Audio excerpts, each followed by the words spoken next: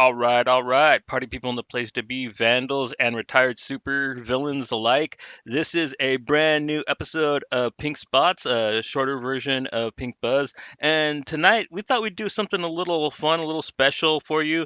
And that is we're going to be taking a look at what I think is a completely overlooked, lesser known book from like a really big name creative team. Of course, I'm talking about Ed Brubaker and Sean Phillips. We will be discussing Incognito, and we'll be going in deeper on that.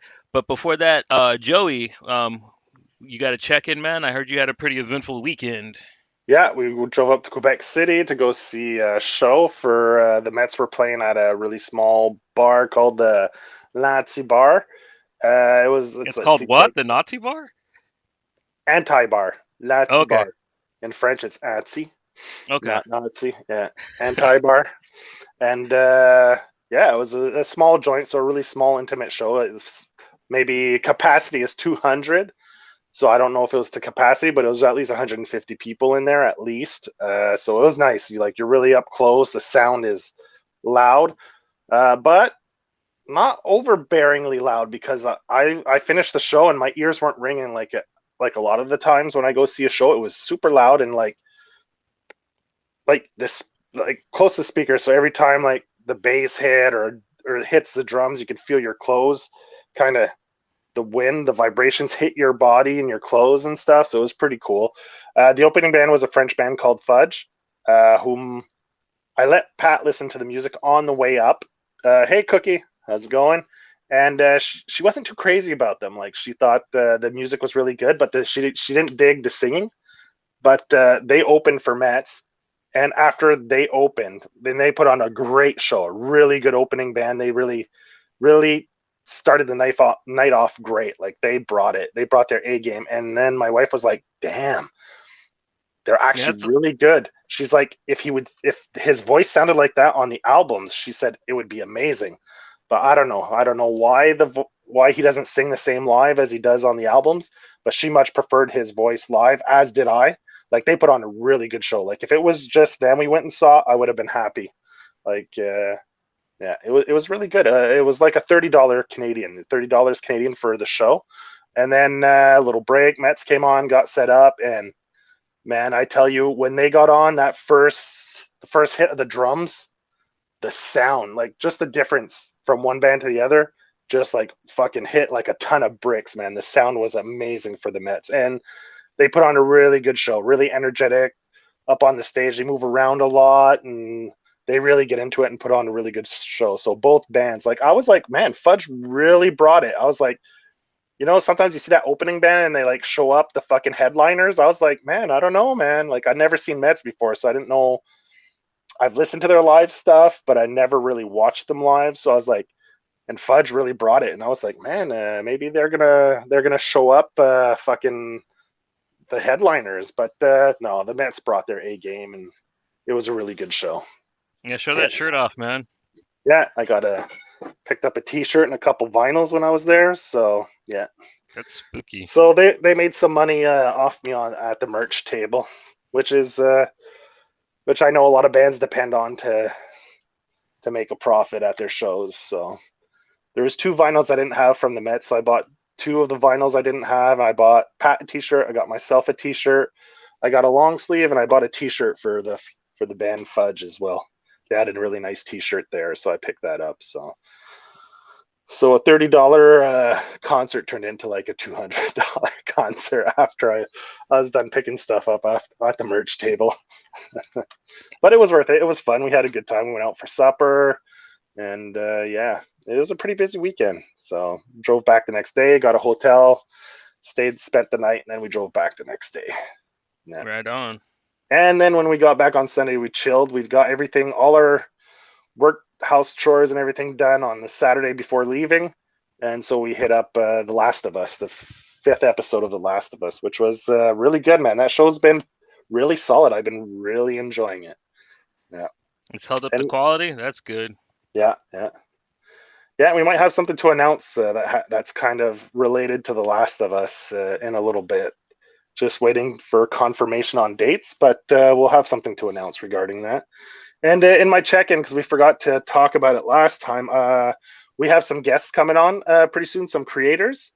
Anthony Stokes is going to be coming on. He has a Kickstarter running right now called Intrusive Thoughts. He'll be on February 21st, which will be next Tuesday. So we'll have him on as a guest. Elle's supposed to be joining us for the interview with him. Some of you may have already read some of his stuff. He ran a few other Kickstarters for Decay. I think there's 3 of those books out, so you might already be familiar with him. But his new joint is called Intrusive Thoughts, which the Kickstarter is running right now, and I believe it has a week left. So next Tuesday will be probably the last day of his Kickstarter. So you guys can go check that out. And we're gonna have Pat O'Malley coming on March 14th. He's the creator, writer for Pop Scars. His book got picked up by Sumerian, so his book will be releasing in March. I think March 22nd, if I'm not mistaken. So he'll be coming on the show in March, talking to us about Pop Scars and a bunch of other stuff because he's a filmmaker as well. So we'll probably be touching on a little bit of that as well. So yeah, that's what we got coming up, and we have a few other creators that'll be coming, but we're just waiting for confirmation of dates before we announce anything. But yeah, we got some interesting stuff coming up. Right, right. So you read anything this week, or just the show and the show? Nah, just for the show, and the show took up. Man, it took me 4 tries to get through that first issue. I kept falling asleep when I was trying to read it. That's why earlier I was like, "Fuck." Sunday, like I was like, man, I don't know if I'm going to be able to read all 6 issues. I was having a hard time staying awake because I've been reading it at night before going to bed, and I just been crashing, man, with the weekend and work. Work's been pretty busy, so I've been pretty tired from that. So I didn't think I was going to get through it, but yes, last night I was able to crunch. I probably read the 5.5 issues last night. So I was pretty happy with that. Well, since you're kind of new to reading it, while we get into Incognito by Ed Brubaker and Sean Phillips, why don't you go ahead and give out your initial thoughts since it's your first time checking it out and like getting into it. And how do you think it kind of stacks up to their other work that you've read? Well, to be honest, I've never read anything from them. This will be my first time reading something from the 2 of them. Are you seriously right now? I mean, Yeah, man. I'm not kidding. I've never read a Brubaker Phillips joint. I have a bunch of their stuff digitally that I picked up through Humble Bundles sales and shit like that, but I've never gotten around to reading anything. I have most of their early stuff. I just haven't read it. wow, So I yeah, did not know that I've read. before. I think I've read a few of Brubaker's Marvel stuff, like some of the stuff he did at Marvel, but never the stuff they did together. Yeah. So this Okay. is my first time experiencing Brubaker and Phillips, which Well, I have to say I really liked it. And this book was published on Icon, which was Marvel's kind of answer to Vertigo, I believe, back in the day, right? it was more like their answer to Image. Like they wanted, Okay, like it's creator controlled. That's why like Brian Michael Bendis was able to bring Powers over, and then when Powers, like yeah. and then he took it back to Image afterwards, and like I think now Mm, it's at, I forget where it's at now. I think yeah. Dark Horse is putting it out now. It's somewhere Okay, else now, but man.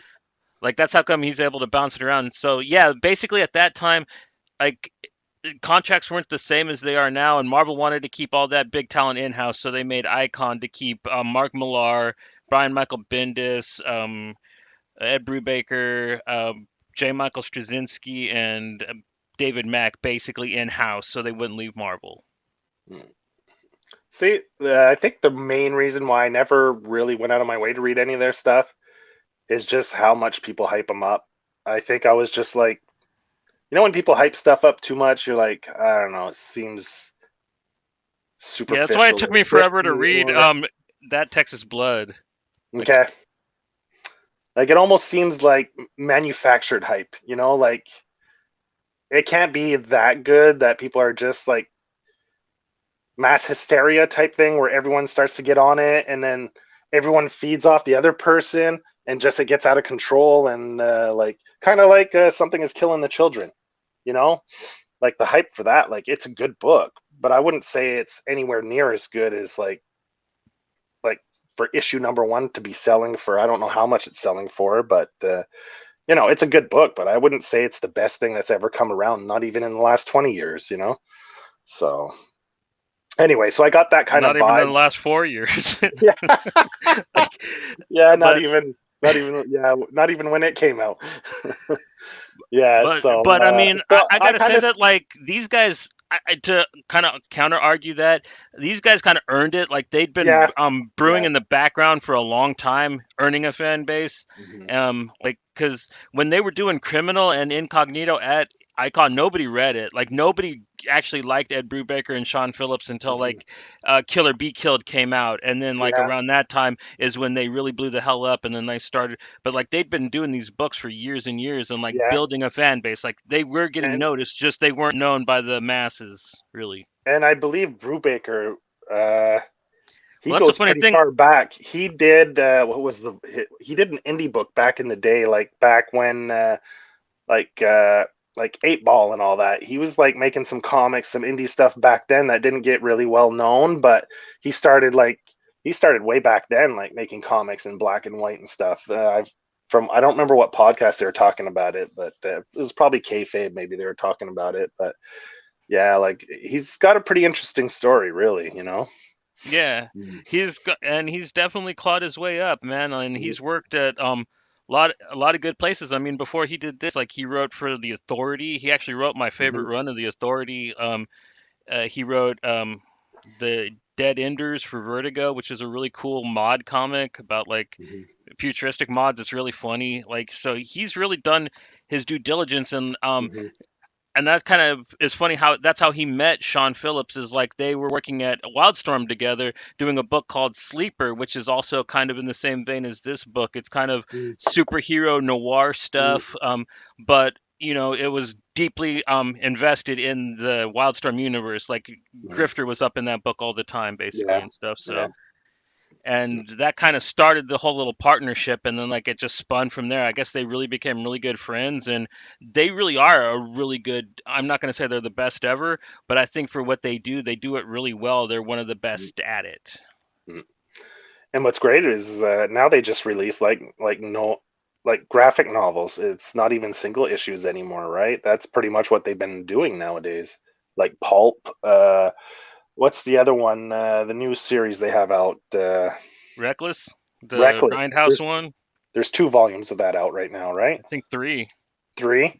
Yeah, Yeah, and there's the they're first like, one, and there was are the they prequel one, and are they full they're graphic novels fat. or are they novellas? um I don't know I, how many pages they I are, but think they're the trades themselves. They're about the same size as these books. They're six yeah, issues size. okay. They're So 160 full pages, trade. 170 page. A real graphic novel, like that's nice. They're putting out full stories and people are buying them. Well, So some of them are pretty small. Like if you got the last yeah, couple criminal ones they did, like Bad Weekend and Cruel Summer, like those ones I would say are only about 100 pages, but okay. they're pretty So good. So so like they kind of novella, but a little bit bigger than novella style. yeah. But I like that. Like it just shows that there is a market for it. Like you don't have to put out floppies to make it. Like you can put out a full story and people will buy it if it's good, you know? Like mm. Well, it So fits the yeah. style that they do too, because it's like everything that they do is very pulpy, very pulp Mhm. era, very not really tropey, but I don't know, like it's Well, very steeped in the it pulp, but it's got yeah, modern sensibilities. There's a lot of yeah. really over the top gore and violence and Hmm. vulgarity in Hmm. like all their work. Yeah. Like and you get it in this one as well. Like I guess we could jump right into it. So this is my first time reading anything from the two of them together, like their works together. Yeah. Yeah, that's Face definitely one of explosion them. right there. That's a great fucking panel. I love that panel. That was such a good panel. And just the way it opens. You have uh the opening character's name is Zach, Zach, Zach where he's Overkill. yeah, where he has his mask, his little like kind of he's. Do you think he was inspired by the spirit? The look they gave him? Definitely, yeah. Yeah, yeah, because he has that little mask and he's got like doesn't have quite the trench coat, but he definitely gives off the spirit vibes, which is probably a nod. Maybe they both love that character, so they decided to like give him definitely some spirit flair. But I love how the book opens with him saving that, coming to that girl's rescue in the alleyway, and like it's a great setup for the book. And then like, and you see how brutal it is. He's like, he's not pulling his punches. Like you see, he's smashing these guys. These what do you call them? Burglars, not burglars, Muggers. muggers. Yeah, muggers in the alleyway. He's like, he's just letting loose, and you're like, oh, this is some badass dude. Then it cuts to him at his like day job, but they haven't really given you any context about the character yet. You just know, okay, he goes out and beats up bad guys, right? That's what we think so far. Like I came into this completely cold. I didn't read any synopsises or anything, so this setup was fantastic because I didn't know anything about it. Like, so okay, he's like a vigilante who's really like hardcore, and then he's at an office job. He's like the mail File guy, right? clerk. Yeah, the file clerk. And so he's going around, and then he starts narrating stuff about his life and how he's like finds his life boring, this and that. And then he starts talking about the office party where people get drunk, and he's like gets bored, so he has to step away to get away from it because he can't stand like 90% of the people in his office. And then he sees a girl from the office. Is her name Wendy or Amanda? I think Amanda. Yeah. Amanda, yeah, he sees her and she's making out with this guy Jimmy, I guess, or it doesn't really matter. It's insequential because he doesn't really play a role in the book later on. And they're making out, and he's got a Santa suit on because it's a Christmas party. And so he's like, "Oh, whatever, I'll go get us more drinks." And they're like in the janitor's closet getting ready to do it, right? So he's gonna go get Amanda himself more drinks, and like he's seeing this and he's watching them, he's spying on them, and then Jimmy takes off and he passes out in the bathroom. So Zach goes and puts on the fucking Santa suit and goes back and bangs this Amanda girl from his office, who she thinks is Jimmy. So then you're like, whoa. So then you start questioning this guy's moral integrity. Like this guy has like that's way over the line. That's basically Yeah. rape, right? That's like that's a that's a sex crime. And you're That's like, Red holy Flag shit. City. Yeah. Yeah, and like you don't know. And then later, that's the setup. So it's like you're like, wait, what's going on here? Then you find out later on, it's revealed that he's an ex supervillain that's in witness protection, and this is why he's so bored with his life. Then you're like, oh, it all the pieces start to fall into place, right?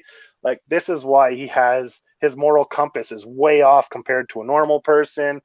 And then it kind of sets the stage, and you're like, oh, and it's such a great setup. I love it. I love the way they introduce the character where you're thinking one thing and then they flip it.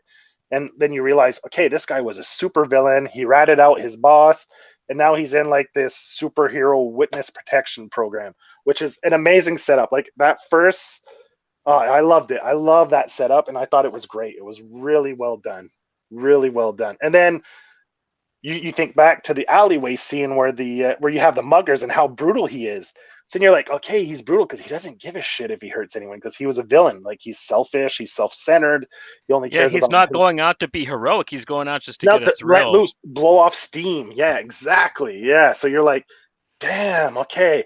So then all these pieces start to fall into place because right from the start, you're like, okay, he's edgy. Then whoa, he's like basically kind of date raping this chick. And then you're like, then it's kind of like, okay, now it all starts to fall into place and make sense. And with the characters, you know, uh, personality, his character traits, it all starts to make sense. And it's great. It's great. I love that setup. That was like all in the first issue, I believe, right? That's all revealed in the first. Yeah. And then after they introduce his best friend in the office, Farmer. Farmer. Yeah, he's out smoking in the back, and he's stealing computers from the office. And he's like, I like this guy." And that's how they build a friendship because he's like a crook, you know. So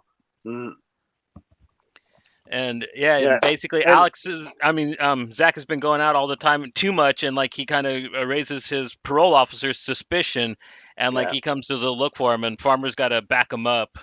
yeah, because he has to give him an alibi because he goes out, and I think they get a sketch, a witness sketch of who the person was, the vigilante that went out and saved someone. Then his parole officer is like, "You're gonna tell me this isn't you?" Blah blah blah. And so then he has Farmer lie and give him an alibi. So then Farmer, uh, because of all this, raises his suspicions on who Zach really is. So he does a little digging, and finds out that Zach is Zach Overkill, a former supervillain. So he's no way in hell is he going to his parole officer to tell him that he's been kind of cheat, because he goes and sees this drug dealer and he gives him a some kind of pill to, because he's taking drugs and he has to do piss tests and everything. So he gives him something to hide that he's like doing drugs and shit like that. And what it does is, because he's a superhero, they give him some kind of injection that suppresses his superpowers. But this pill, what it does is it counteracts the effect of that, and that's why he gets his powers back and why he's going out at night and letting off steam. And Farmer figures it out and he's like, "You're Zach Overkill," and he's like, "Oh man, you're not gonna rat me out." He's like, "Hell no, we're gonna go rob a bank together." So then he starts blackmailing him, like, yeah, like, so, yeah. So then, like, he starts like trying to plan this big heist to go rob a bank, get the big score. Yeah, Well, he also and makes him flip his landlord's car over a bunch of times, which yeah, is really funny. Yeah, he makes him do like petty little shit for him petty little too. thing. Like, Well, it's because he's trying to stall, right? Because he doesn't want to go out, because if they go to a bank, there's going to be cameras everywhere, and then they're going to get it on, because there's another group called the SOS. yeah, SOS, which are kind of like the Shield. They're led by a character named Zoe Zeppelin. Yeah. So they're keeping an eye on him as well, because they know he's in witness protection. So they're keeping a really close eye on him, and he's like, I can't go too far off the path because they're going to know, and then I'll be fucked. So then he keeps stalling, like doing little things for him to like kind of keep him satisfied, to kind of forget about the bank heist. And yeah, so then he keeps pushing and pushing. Then he's like, "Oh, I got some friends that could help us." And that's when Zach decides, like, I got to kill him. He's Yeah, going to start telling too many people, and then they're going to figure it out. So I've got to kill him. Like, yeah. And then he's like, I hate killing him because I respect the guy, right? Because he respects all this, like, because he's like, I'd probably do the same thing, right? If I was in his position. I got this super villain. I'm gonna go rob a bank, and the fact that he's kind of blackmailing him, Zach respects that about him, and I think that's why he's like, it's hard because I like the guy. It's gonna be hard to kill him because I like him, but I'm gonna have to do it anyway. So it's just great, that setup with Farmer and how they set that up, and it just adds to more of like Zach's personality. How this guy's trying to like kind of blackmail him and fuck him over a little bit, but he respects it because as a supervillain, he'd probably do the same thing, right? So he totally respects Farmer, even though he has to kill him. So in the end, they're in the car, and he just snaps. Farmer's like, "Yeah, I got this other," and he just snaps and grabs him by the throat and starts choking him, and be like, and he threatens him, and in the end, he likes him too much that he can't kill him, so he just threatens him and like, "Listen, forget about the fucking bank, and I'll fucking end you if you don't drop it." And so then Farmer's like, "Okay, whatever, no problem." That's where he gets out of the car, and as he's walking away, the car blows up. Yeah, it catches on, it just explodes. And what happened is, his former boss, who is called Black Death. Black Death, that's who his boss was. That's who he worked for. For some reason, when he gets his powers back, I don't know how they track it, but he It emits a like frequency, is the how they basically frequencies, so explain it. he gets back on the radar, so they know he's back because he started taking that pill. So it emits some kind of, like you said, frequency. So the scientist that works for the Black Death, all of a sudden, boom, he's back on the map. So they know he's back. So then they track him down through these frequencies, and the car blowing up are two of Black Death's henchmen that he sends out to get Zach. Yeah, Fire And Thunder and Ajax. And yeah, and they blow up the car, which Farmer was in it. So Farmer ends up dying. Zach doesn't kill him, but he ends up dying anyway from the two henchmen. Yeah. And this is where the first real battle starts, like Zach fighting the two henchmen, and in a there's mall, some, yeah. yeah, And some, there's some good scenes in there, and they're just fucking blasting people. They don't give a shit, just yeah, just killing people. wrecking stuff. Yeah, yeah, that's where he puts on the. He's in the mall and he's like, "Fuck, there's gonna be cameras." So he puts on that. Is it a Stalking. pantyhose? Yeah, Yeah, puts panic. stockings. Yeah, over his head, and that's a great scene where he's just, yeah, yeah, and he fights him and kills him. Mm. Yeah, that's so that's what that's in the second issue or the third. Yeah, I think that's about the second and the third issue. Yeah, 'Cause because they build up Farmer and his relationship in the second one. They start building that up, and then just to kill him off. It's great how they build up the characters, the character arcs, and then how it comes to a conclusion like Farmer. That was a pretty satisfying character arc with him and Zach, and how they build it up, and it's really good. It definitely gives you a feel for the characters and their personalities. Really well done. Really well done. Yeah, and that kind of segues into more of the superhero stuff of the book now, where you have him fighting the other villains. Then the SOS comes in more because they have their agents that have superpowers. Zeppelin, what's her name? Zoe Zeppelin Zoe and Zeppelin comes in. She works for the SOS. She's like one of their head agents, and yeah, so they're trying to get. Now they know he's back and he's doing shit, so they're trying to get to him. And actually, we forgot to say that Zach and Xander is his twin brother. his twin brother, they were actually genetically altered, or you don't really know what you find out what happened to them at the end, but they were basically that they were tested on when Yeah, they were little to make them their superpowers, which yeah. kind of makes me that's how they were able to track them, that's how they knew their frequency or whatever. Hmm. Yeah, and that's how he ended up in witness protection because someone tried to assassinate him and his brother. He survived, but his brother died. And when he woke up in the hospital, he had the government or SOS or whoever gave him a deal and put him in like superhero witness protection. Yeah, yeah, and that comes now. Now they're back after him because the Black Death wants him dead. So now he's got a bunch of people chasing him. He's got And the the SOS. SOS He's are got just going to everybody use after him. Yeah, and they're just going to use him as bait, though. They know that yeah, these other people are coming after him, so they're just going to leave him out there yeah. They want and him.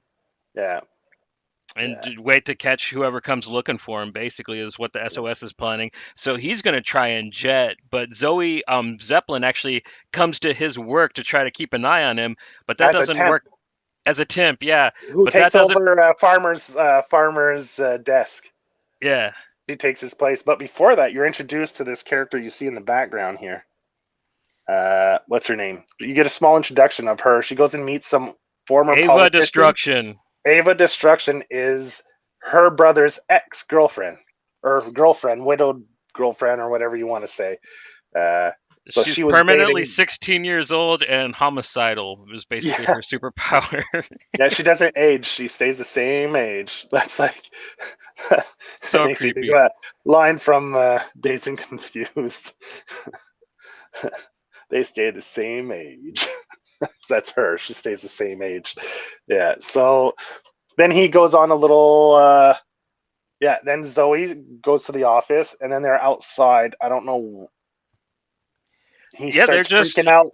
He starts freaking out because she's there, so he runs outside, and she follows him, tell him to calm down, and then he's pissed because you're like, you're just using me, this and that, and then Ava makes her appearance. She just fucking does she shoot her? yeah. Ava Shoots shoots her her, and then right? Yeah. boots her. Yeah. Then boots her hard, like bam, knocks her the fuck out. Then she's telling Zach, "Let's get the fuck out of here." And they go, they take off in her, The flying in car. Zoe's fancy hover flying car, whatever, car of Her the Agent future. Coulson car. Yeah. Yeah, yeah, yeah. So they take off in that car to a hideout. Then that's where they have a big conversation. That's where they reveal a lot of like him and his brother's relationship, how he's their connection. That's true. They have a connection, right? Like twins. They play on that a Yeah. lot. They can feel Where each other when they're near each other, and they can steal power from one another. Like depending on the mood and the time, like Mhm, one would be stronger than the other, and like it would switch between the two of them, like the way their mhm, powers worked, and nobody really knew why until you kind of find out the mystery of their history, which is pretty mhm. cool. Which Yeah, ties into like the old noir heroes that yeah. came out and you learn how the Black Death was made because the Black Death is actually like a 200-year-old undying like rock man, which is pretty Mhm, cool. mhm. Yeah, and then it's kind of you figure out that because his brother's dead, he gains more power because because the power kind of gets separated between the two of them.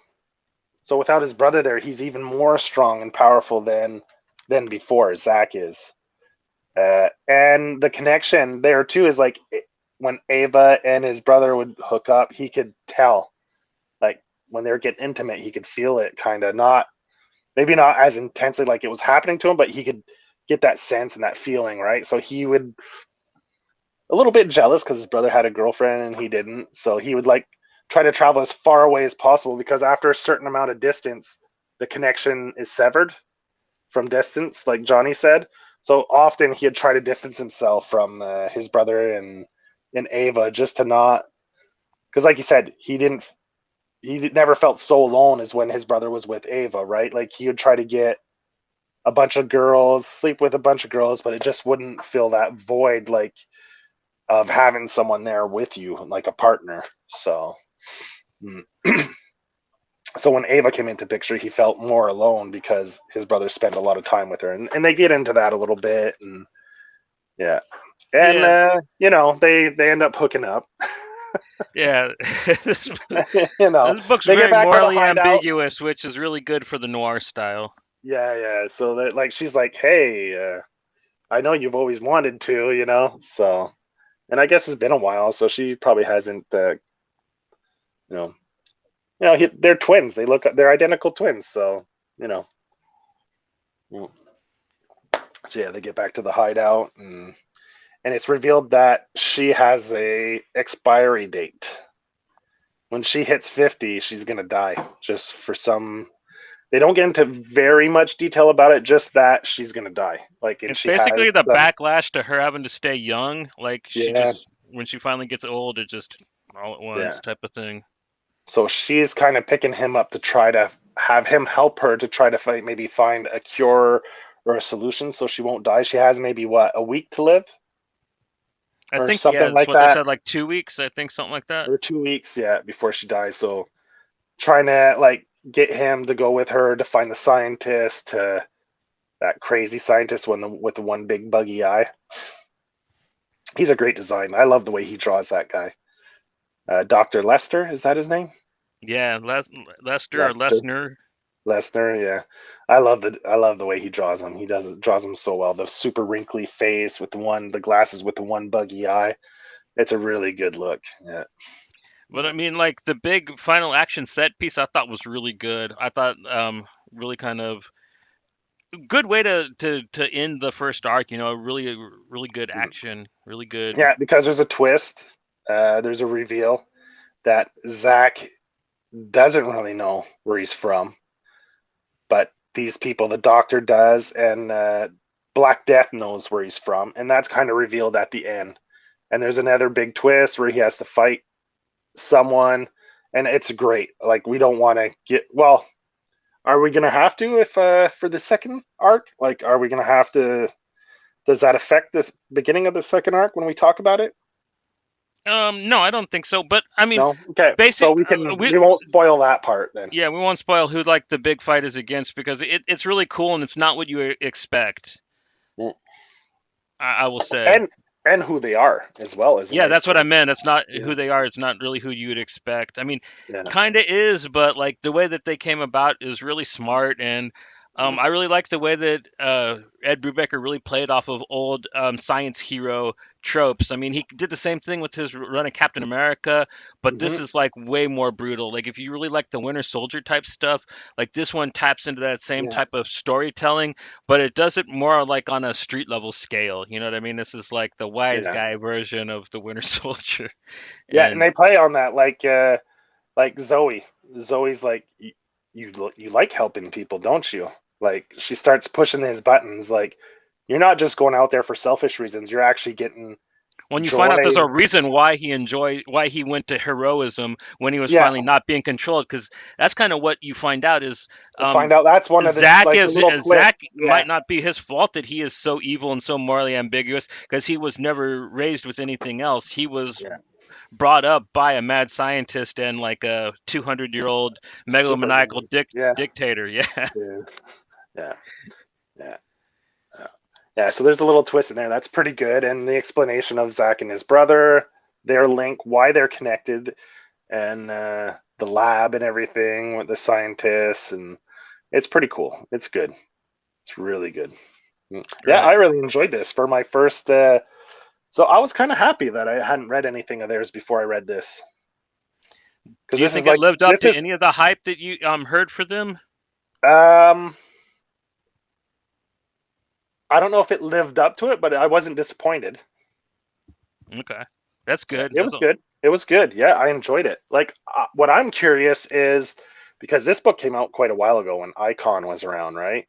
Yeah, And this. now with printing and everything, how does Phillips style? Does he keep going? Because he still uses a colorist, right? He doesn't color his own interiors, right? I don't think so. Mm. I know somebody who colored a lot of their. Here, let me see really fast. This one is Staples. What's Because I know that they were using a colorist that joined a hashtag cult and mhm. isn't really so I don't know who's coloring their stuff now. I But know his there was son a. colored one of their Oh, stories. yeah, that's right. I forgot what's Hmm. his name? Jacob was doing a little work with Jacob them. did a little one book they did. They had Jacob come in. Whoever they do Mm. get though, man, like they kind of just toe that line. Like most of Yeah, their books are colored the same way, yeah. inked the same way. They got that basic Brubaker Phillips look, which Because if you like the way that looks, you can always be all guaranteed those that you're going to get a good looking book. all those covers are all Sean Phillips, right? His Yeah, painted, like those are fantastic. Like those covers, fucking yeah. rock, man. Love those covers. Beautiful. Loved it. Yeah. That's why I'm wondering if his later work, if the interiors look a lot more like his covers, kind of, or that's why I'm interested to see as I go along. I'm gonna try to read the stuff in order, like to try to see the progression and like the evolution of their work together and how they their collaboration to see how it goes. So I think you'll definitely enjoy it. I mean, oh, I know I, everyone praises it. I don't think I've heard anyone say that they're overrated or they're not good. I don't think I've you know ever how heard big of anyone. a snob and a dick I am, dude, and Yeah, I love their work. yeah.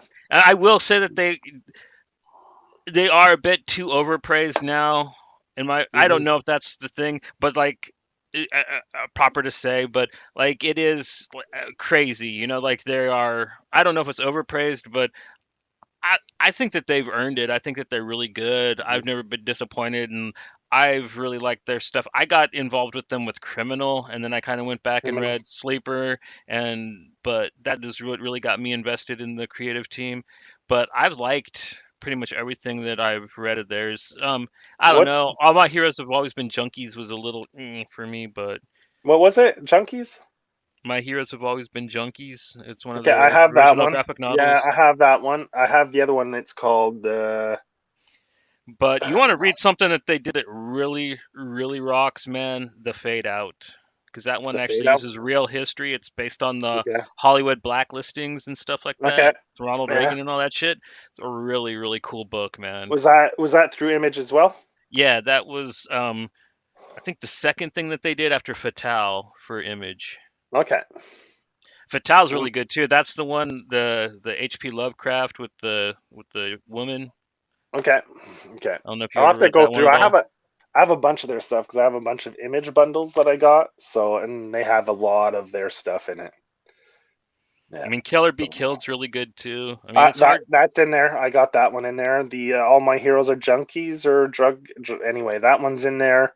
Uh, was there another one called Murder something? Murder.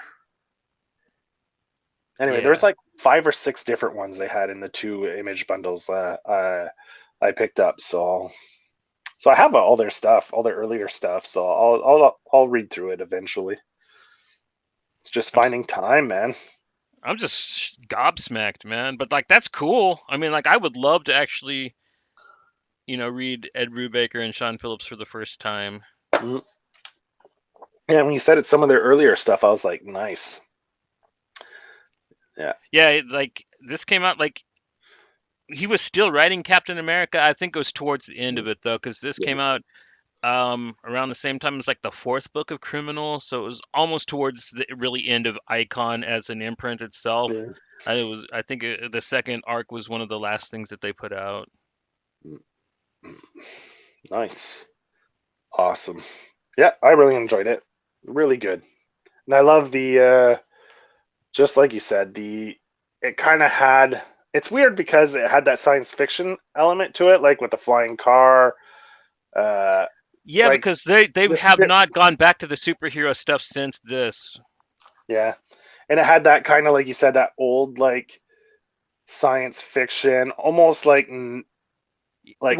Back when they were called Nazi science kind of. heroes, not Yeah. superheroes, but everything was mad scientists and gangsters as the villains. Like they don't straight up say they're Nazis and trying to create like the perfect weapon and stuff, but it kind of gives off those vibes a little bit. Yeah, it's heavily Yeah. implied.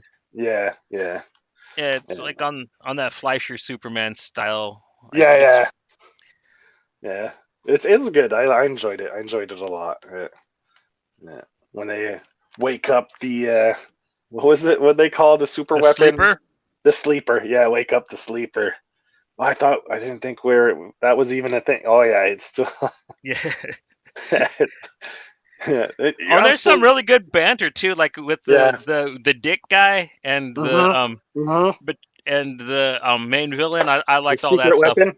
Yeah, Yeah. Yeah. there's some They did. really good supervillain banter in this book as Yeah. well. Yeah. There is. Even with Farmer and him, there's some good stuff in there too. Yeah, he and Amanda, like kind of when they start, bitching back and oh, yeah, when he goes and saves Amanda in the when Yeah. Oh when he yeah. thinks he's getting attacked, and then oh, Well, and he that's so believed him. Like, good. yeah, he It was gets. just And then like later when the he's talking to his pro officer, he's like, "It was a fantasy, you idiot. That guy was paid to be there to do yeah, that." And you're just breaks like, his back. Yeah, "Whoa!" You're just like, "Damn!" That just gives that whole scene a different context. Kind of gives the whole book a different kind of context too, in yeah, a weird way. yeah. I kind of appreciate the weird little grays that they threw in on Mhm. all the characters. Like nobody Yeah, was there kind is. of like super virtuous or like good No, no. in this And book, like which even is when he sleeps with her after, like yeah, he's like it got kind of weird to the point that it was scary. yeah. The way Like she stared at him, yeah. so you're like maybe he's not the biggest douche in the world then if yeah, exactly. Like like yeah, I don't know, man. That was kind of weird and scary.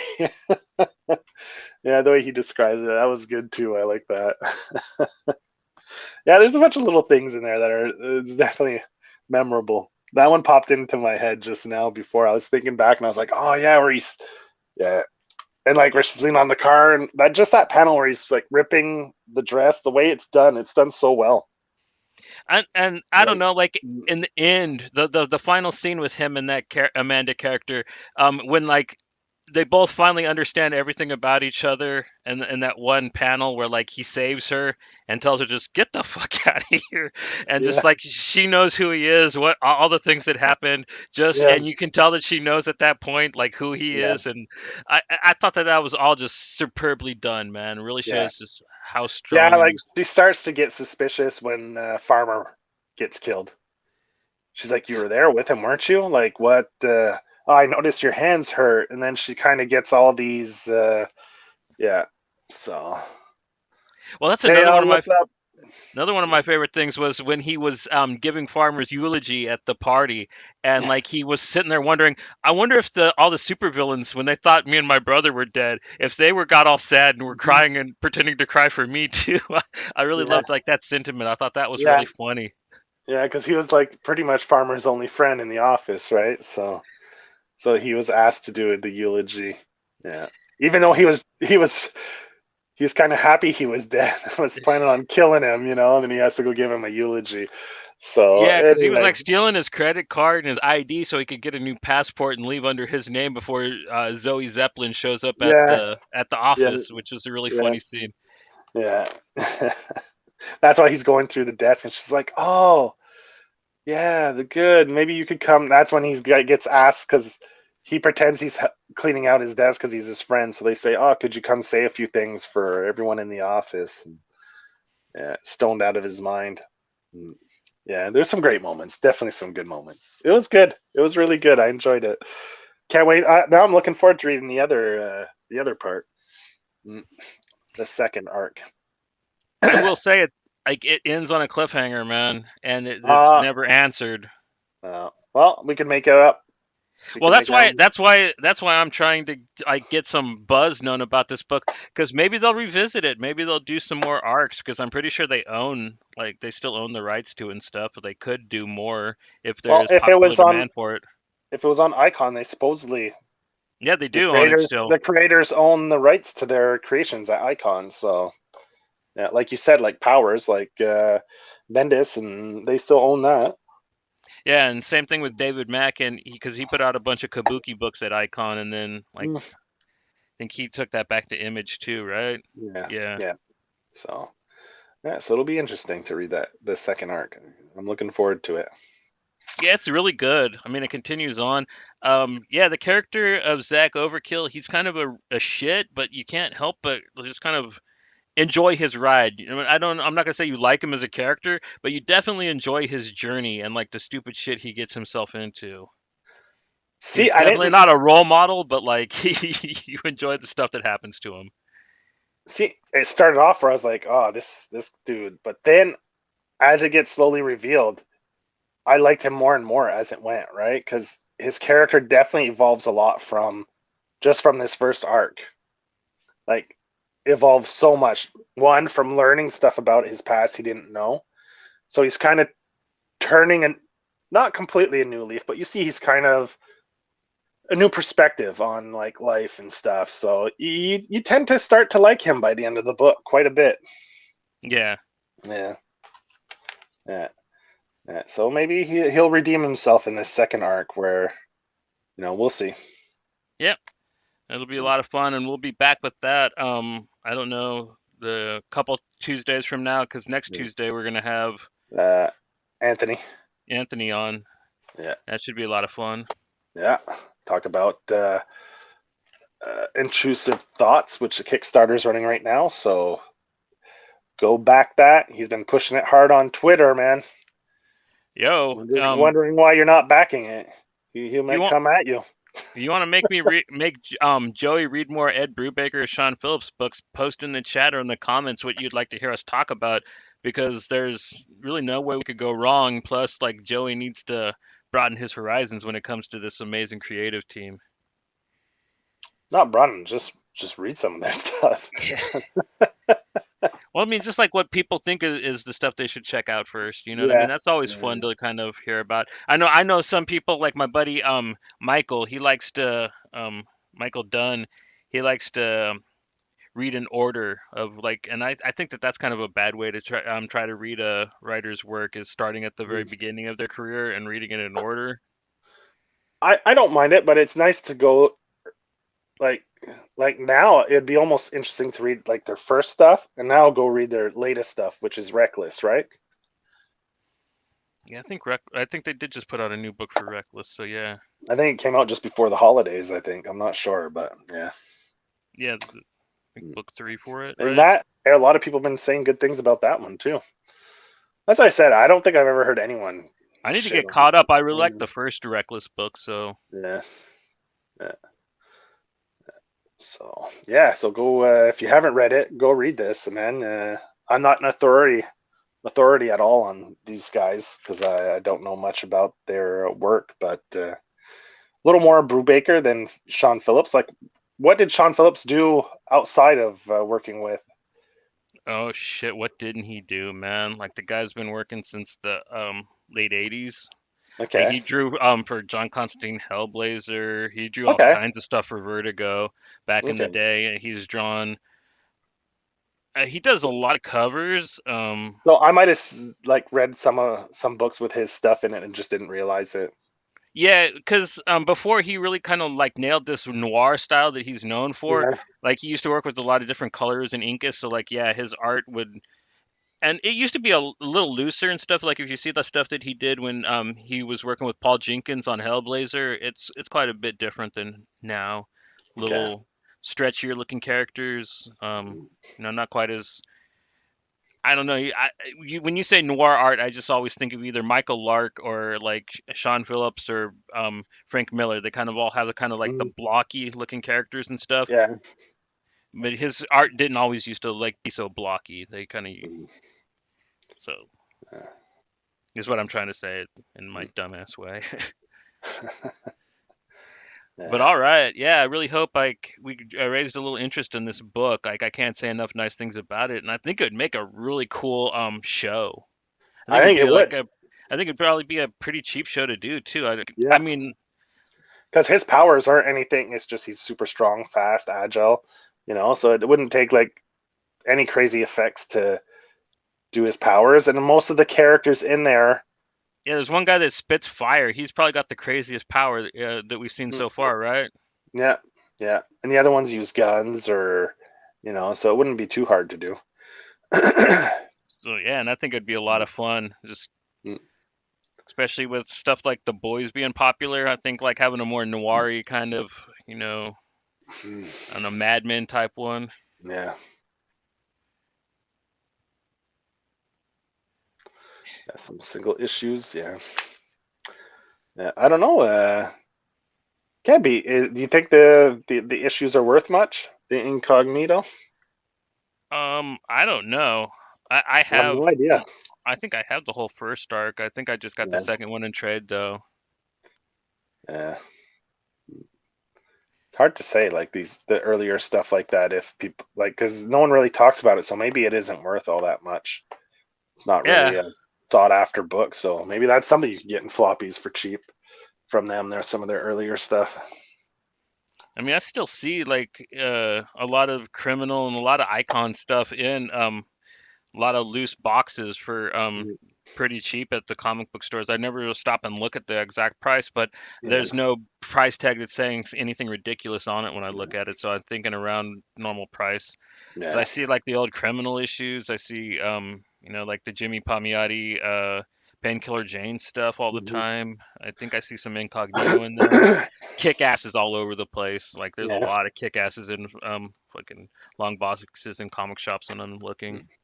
Mm, So, mm, cool. but yeah, so it shouldn't be too hard to find. And I'm not sure. I don't think Image has reprinted it, so I think you might have to find the old Icon trades. But I don't think that they'll be too hard to find, and I don't think the trades are too expensive either. I don't Yeah, think I that the out of print demons have fucking made them $499 or anything like that. mm. Yeah, I agree with that, El Crudo. Like, I think that's probably why they release their work now in like trade form, like in the graphic novels. Yeah, I That's think the it way to just read it because they write their stuff as graphic novels anyways when yeah, you read it. It's not yeah. like Like anyway, like they say, people, all the stories are laid out for trade, like 4 to 6 issue arcs to for the trade. So I mean, it would just almost be natural for companies to just start releasing just graphic novels instead. Image is Mm, trying to do that, or they tried a little mm, while ago. I don't know if that took off. yeah, Because a mm. lot of the books that they did that with, I never heard talked about again. Like Crowded just dropped off the face of the earth. So Yeah, did Bitterroot, and so did Excellence. So yeah, I don't know if anybody remembered them by the time the trades came out. I still yeah, read them, but like I never heard anybody else really talk about them.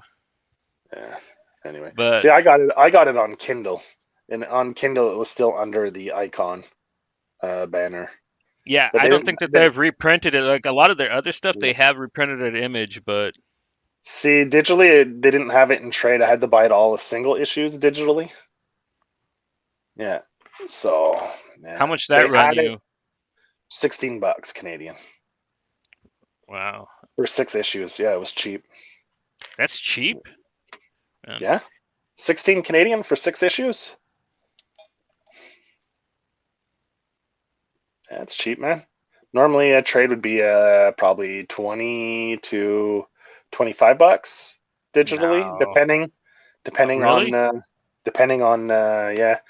The prices have gone up now, so see they each one was 270 Canadian each issue, about 279, something like that, 280 maybe. Yeah, Okay. yeah. But I think because of taxes it went up to 16 something. Yeah, yeah. So that's not bad for a trade, man. That's 6 issues for $16. That's all right.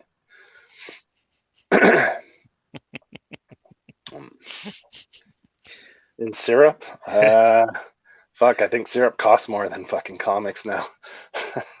It's like Yeah. eggs down here, man. Are eggs expensive up there too, or is that just a Yeah, it's down here gone up. problem? No, it's gone up a little bit. Yeah, butter, especially butter. Eggs went up a little bit, but our butter went up a lot. Yeah, and talk about syrup though. It's funny, but a couple years ago, someone went and robbed uh, trailers full of syrup, like 18-wheeler loads of syrup, like $1 million worth of syrup. So there's a lot of maple syrup, black market maple syrup. Yeah. Yeah.